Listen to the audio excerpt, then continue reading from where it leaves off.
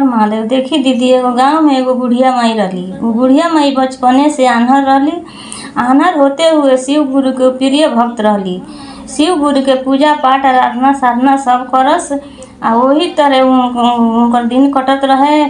आ सब काम धंधा अपन सब कर ले, सब अनुभव से उनकर सब काम धंधा हो जाए, यानी कि खेती पाती सब काम उनकर हो जाए। एगो उनका बेटा बहू रहेलू। बकरी चरावे जास, बकरी चरावे, बकरी बेला दे सब। वहाँ एगो गाछी रहे, गाछी तरह बैठ जास और गाछी तरह बैठ के शिव गुरु के ध्यान धरस, पूजा पाठ करस। आ महादेव जी से उनको कौनो ऐसा शिकायत ना रहे जे करस अपना आँख के लिए। चुपचाप पूजा पाठ आराधना करस, अपन खुश रहस। महादेव जी से कुछ ना मांगस, ना अपना आँख के बारे में कोनो शिकायत उनका रहे। वही तरह एक दिन बकरी बेला के गाछी के लगे बैठ के उ अपन पूजा पाठ साधना करत रहली, ध्यान धैले रहली। तो महादेव जी देखतानी, कहतनी ई बुढ़िया माई बहुत हमर भक्त बाड़ी, बहुत पूजा पाठ आराधना करतारी। आ इनका के कुछ देवे के पड़ता, धरती लोग पर जाके इनका के कुछ देवे के पड़ता। इनकर जौन मांग हुई जौन हम पूरा करें। इतना लोग मानो के जन्म देले बानी, सब लोग कुछ ना कुछ घटले रहेला, सब लोग शिकायतें करत रहेला। कोई के धन चाही, कोई के वंश चाही, कोई के नाती पोता चाही, कोई के गाड़ी घोड़ा बंगला चाही, कोई के कुछ ना कुछ घटले रहेला। मने बुढ़िया माई इतना हमर पूजा पाठ करेली, मने कहियो आज ले कुछ मांगले नहीं की इनकरा के कुछ देवे के पड़ता। अब महादेव जी वहाँ से आईनी तले बुढ़िया माई ध्यान में बैठा रहली। आगा आके खड़िया जातनी, कहतनी हे बुढ़िया माई, तू जेकर ध्यान धैले बाड़ू, जेकरा के खोजे तारू, उ तहरा आगे हम महादेव जी खड़ियाइल बानी, तू देखो। अब बुढ़िया माई सुनली तो कहे लगली हमर आँख कहाँ बाजे हम देखी। अपना अंदर के आँख से भीतर से देखा तारी, अपन साधना में रहली, देखा तारी तो साचो में महादेव जी रहनी। अब बुढ़िया माई खुश होकर प्रणाम कैली, महादेव जी के चरण छुअली। अब महादेव जी कहतनी हे बुढ़िया माई, तोहर भक्ति से हम बहुत खुश बानी, तू कुछ अपना खातिर मांग। अब बुढ़िया माई कहतरी हे महादेव जी, हम कथी मांगी, हम अपना खातिर कथी मांगी, हमरा कुछ के कमी नहीं के, हमरा सब कुछ भरल पुरल बा। अब महादेव जी कहतनी कुछ तो मांग ल, कुछ के तो कमी हुई।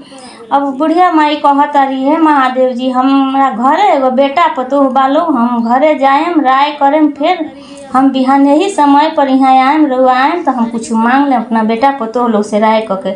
अब बुढ़िया माई वहाँ से घरे गईली, अपना पतोह से कहली जे हमरा के महादेव जी भेंटाई रहनी, कुछ देवे के वरदान कहनी है मांग, तो हम ना मांगनी है, कहनी है जे अपना बेटा पतोह से राय करें तो हम वरदान मांगे। बताओ बहू जे हम कथी मांगल जाऊँ तो ठीक रही।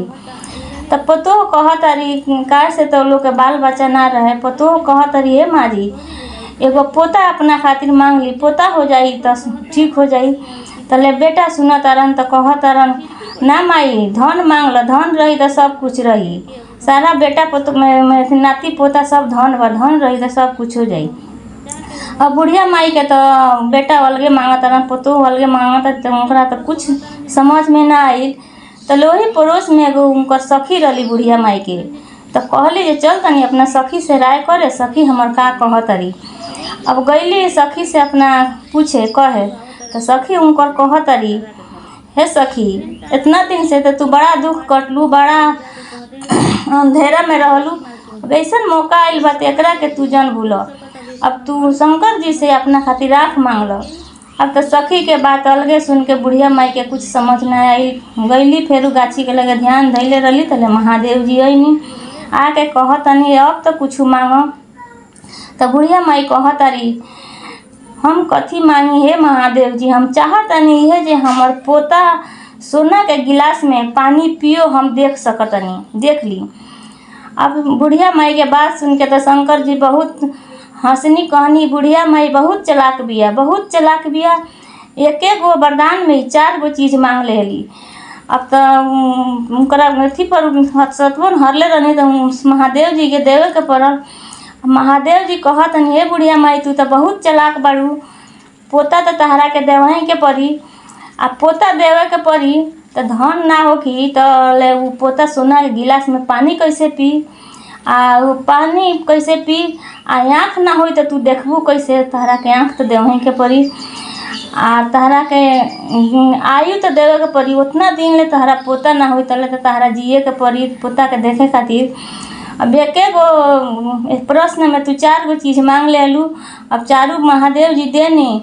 अब देखी का के शंकर जी के बुढ़िया माई ठग लेली, एके गो निशान में 4 गो मांग लेली। अब महादेव जी तो अपना भक्त के बस में बानी, उ तो दे देनी। अब बुढ़िया माई के पोता भइल, अब उनका धन भइल, उनका आँखों आइल, उनका आयु बढ़ गई, सब अपना पोता के देखली, अपन धन दौलत सब हो गई। अब महादेव जी उनका के सब कुछ दे के चल देहनी।